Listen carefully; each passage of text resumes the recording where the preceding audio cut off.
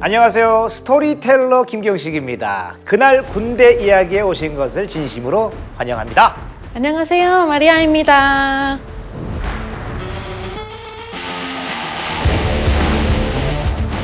비에 젖어 슬픔에 젖어 아픔에 젖어. 우리 마리아 씨 신곡 나왔다면서요? 아, 네. 신곡 나왔는데 제목이 거시기하네라고 전라도 사투리를 좀 많이 사용하는 그런 사랑에 대한 노래입니다. 이 전라도 이 사투리에다가 또 작사 작곡을 다 직접 하셨다면서요?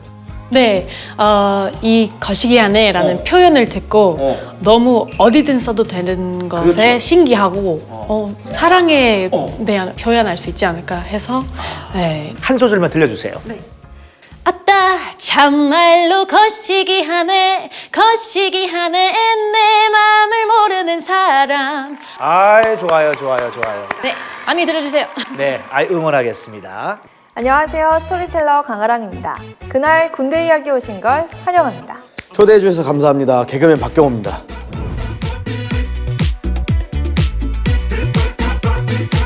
장애물 발견! 으악! 이 자식! 이렇게 뒤로 가서 해병 슬라이스! 누구세요? 제 나이는 넉 살입니다. 나가! 경호 씨, 그 해병대 예비역 장교 출신이라고 하셨죠? 네, 제가 2016년도에 해병 중위로 전역을 했습니다. 벌써 7년이 지났네요. 그럼 군인에게 가장 충격적인 이야기 딱 들었을 때 청천벽력 같은 말 뭐가 있을까요? 저도 군인이었을 때 날짜를 세면서 휴가를 기다렸는데 휴가 보류 뭐 이런 거 아니에요? 네, 전역 보류, 복무기간 연장. 이 말 들으면 어떨 것 같아요? 어우, 생각도 못 했는데요. 제가 오늘 들려드릴 이 사건 때문에 모든 국군 장병의 복무기간이 연장이 됐었습니다. 육군이 6개월, 해군과 공군은 3개월이 늘어났었는데요. 자, 지금부터 오늘의 이야기를 들려드리겠습니다.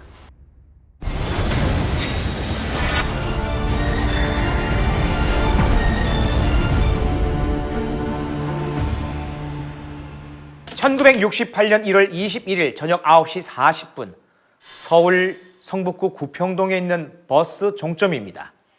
두세 명씩 조를 지어서 단체로 바바리 코트를 입은 사람들이 세검정 방향으로 걸어가고 있습니다. 그 숫자가 30명은 돼 보입니다. 똑같은 옷을 입은 사람이 그렇게 많이 지나가면 너무 이상할 것 같은데요. 이각현 당시 서대문 경찰서장은 근처를 순찰하고 세검정 파출소로 복귀하는 중이었습니다. 그때 이 수상한 사람들을 보게 됩니다. 수상하죠. 이상함을 감지한 이각천 서장은 서울시경에 보고하고 창의문과 효자동에 병력 배치를 요청합니다.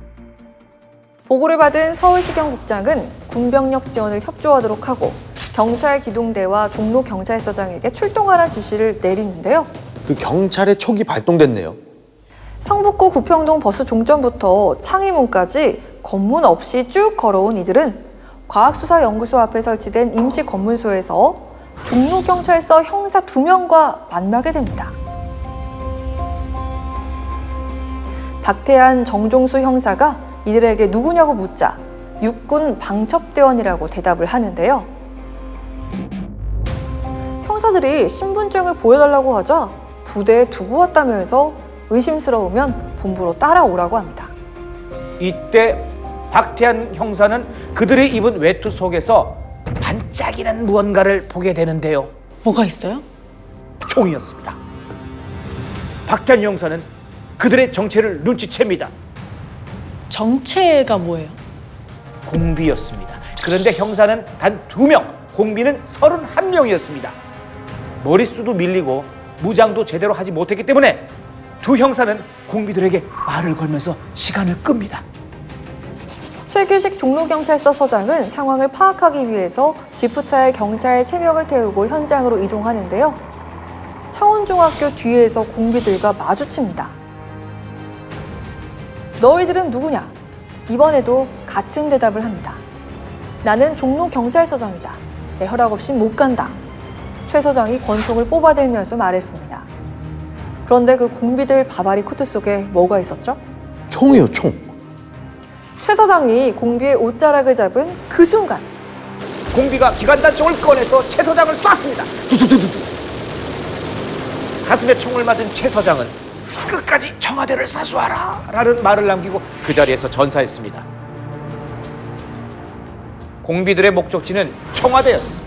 공비들은 총소리를 듣고 달려온 수도방위 사령부 병력과 경복고등학교 후문에서 만나게 되는데요. 버스 2대가 창의문 고개 너머에서 헤드라이트를 켜면서 오고 있었고 효자동에서도 버스 2대가 올라오다가 사건 현장을 보고 멈춰섰습니다. 공비들은 버스에 수류탄을 투척하고 총기를 난사했습니다. 두두두두두두 꽝!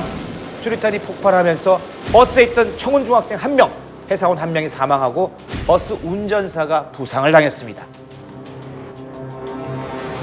국군과 공비 사이에 총격전이 벌어졌는데요. 청와대를 향해 돌격! 앞으로! 공비 총조장 김종웅이 소리를 쳤지만 공비들은 우왕좌왕하면서 북악산, 인왕산 방향으로 도망을 갔습니다. 그 와중에 종로경찰서 정종수 형사에게 총을 쐈습니다. 사건이 벌어지고 3분 정도가 지났을 때 각군, 합동참모본부, 국방부는 보고를 받습니다. 국방부 장관 지시에 따라 우리 군은 C-46 수송기로 불광동에서 북악산 일대에 조명탄 900여 발을 투하합니다. 정말 순식간에 서울이 전쟁터로 변했네요. 이제 본격적인 공비 소탕 작전이 시작되는데요. 이 작전에 16개 부대, 군인 19만여 명이 동원됐습니다.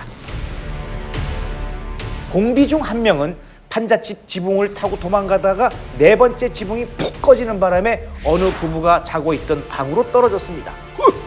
도둑이야! 이때 근처에 잠복하고 있던 아군 병력에 발각됩니다. 이 공비의 이름이 바로 김신조입니다. 공비들은 왔던 길을 되돌아서 북한으로 갈 것이다. 김신조의 자백에 따라 아군 병력은 북한으로 가는 길목을 3중, 4중으로 차단합니다. 1968년 1월 20일에 시작된 공비 소탕 작전은 공비 31명 중 28명을 사살, 김신조를 생포하고 2명이 도주하면서 2월 3일에 끝이 납니다. 공비가 처음 발견된 날짜가 1월 21일 아니에요? 그런데 어떻게 20일부터 소탕 작전을 할 수 있었나요? 공비를 처음 발견한 사람은 따로 있었는데요. 1월 19일로 돌아가 보겠습니다. 우철재 씨는 형제 3명과 함께 경기도 파주 선봉산에서 나무를 베고 있었습니다. 이때 공비들을 만나게 되는데요. 그들은 국군 복장에 26사단 마크를 달고 있었습니다. 훈련하러 온 군인이라고 생각했겠네요. 그런데 갑자기 공비 한 명이 총으로 옆구리를 쿡 찌르면서 나머지 형제들을 모두 부르라고 합니다. 공비들은 우씨 사형제를 나무에 묶었는데요. 이제 죽는구나 하고 우철재 씨는 눈을 질끈 감았습니다. 그런데 공비들이 사형제를 풀어주는 거예요. 왜요? 왜 풀어줬죠? 북한에서 교육을 받은 대로라면 무조건 죽여야 하지만 사형제를 죽이면 수색이 시작이 될 거고 그럼 앞으로 계획에 차질이 생길 거라고 생각을 했습니다. 이때가 1월 중순이었잖아요. 거기다 산속이었어요.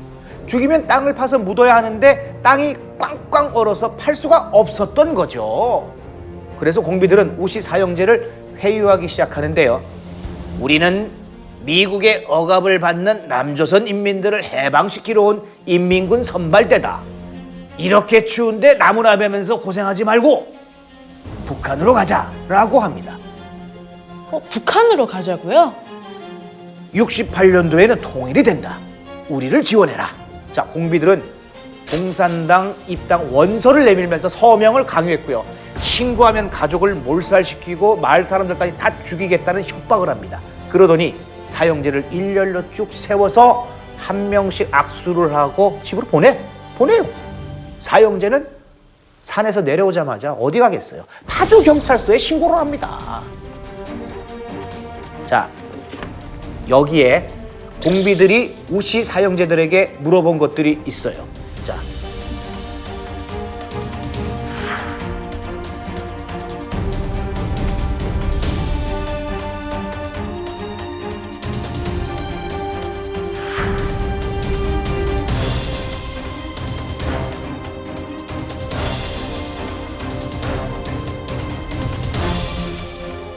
여기 눈에 확 들어오는 항목이 있습니까?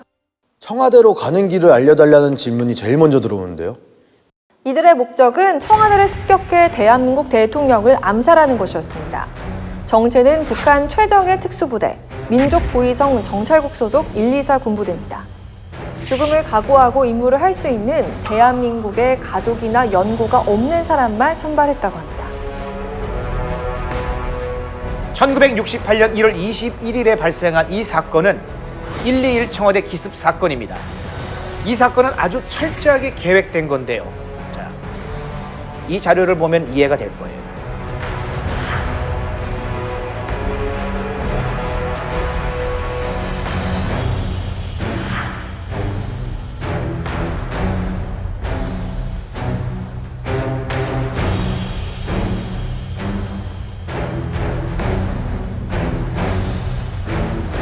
와, 너무 자세하게 나와 있네요. 북한군은 왜 대한민국 청와대를 기습하려고 했을까요? 먼저 대외적인 상황을 보면 말이죠. 1965년에 한국과 일본 사이에 협정이 체결되면서 국교 정상화가 이루어집니다.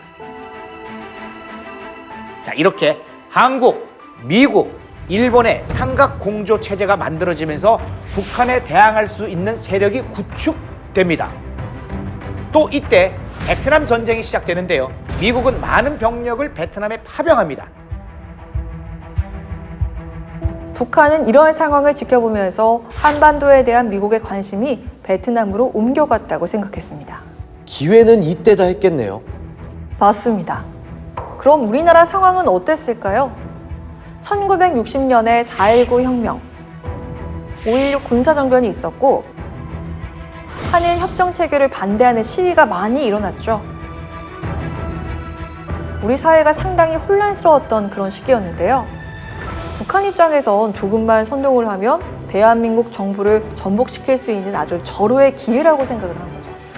이 당시 베트남 전쟁에서 북베트남 호치민이 썼던 전술이 바로 그겁니다. 게릴라전을 통해 가지고 조그만 사회 혼란을 일으키게 되면 민심을 자기 편으로 끌어당길 수 있다는 것을 김일성이도 실질적으로 베트남전을 분석하면서 다 보고 있었던 것이죠.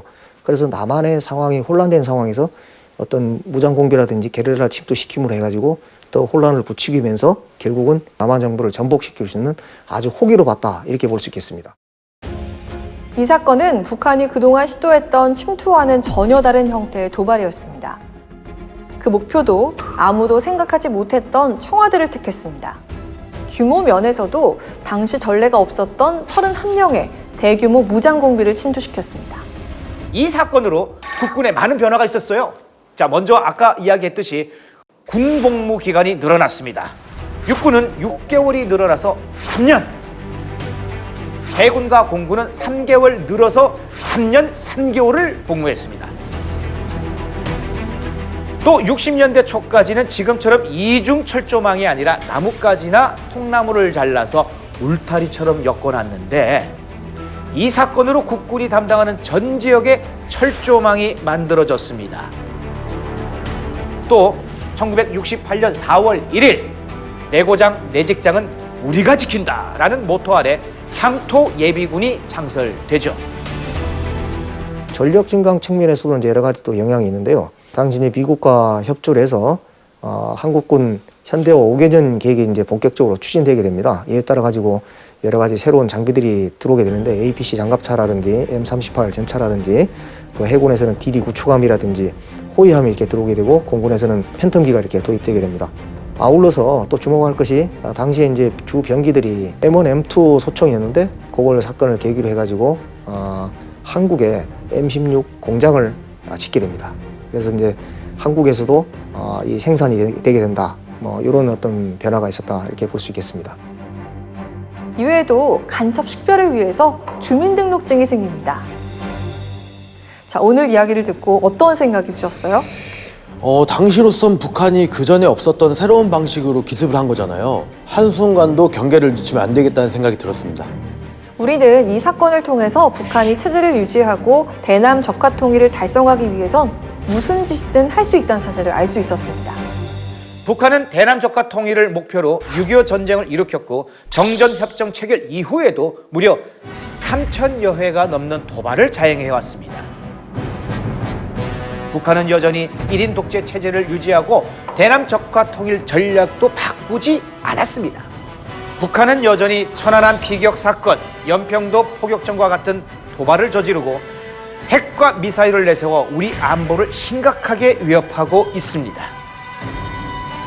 문득 역사를 잊은 민족에게 미래는 없다라는 문구가 떠올랐습니다.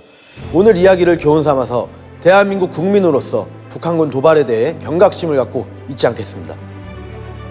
손자병법에 보면 이제 이런 게 나옵니다. 이제 시계편에 보게 되면은 병자 궤도야, 공기불비, 출기불이, 군사작전이라 하는 그런 속임수다.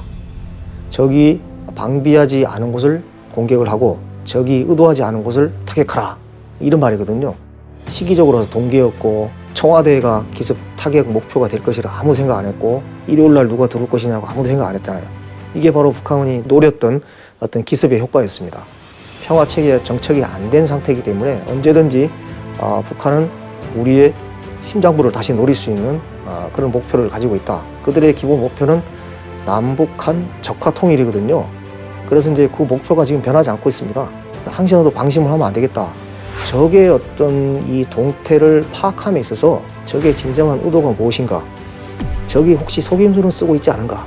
내가 적의 전략 전술에 말려 들어가고 있지 않은가? 이거에 대해서 한번 냉철하게 성찰해 볼 필요성이 있다. 이렇게 말씀드리고 싶습니다.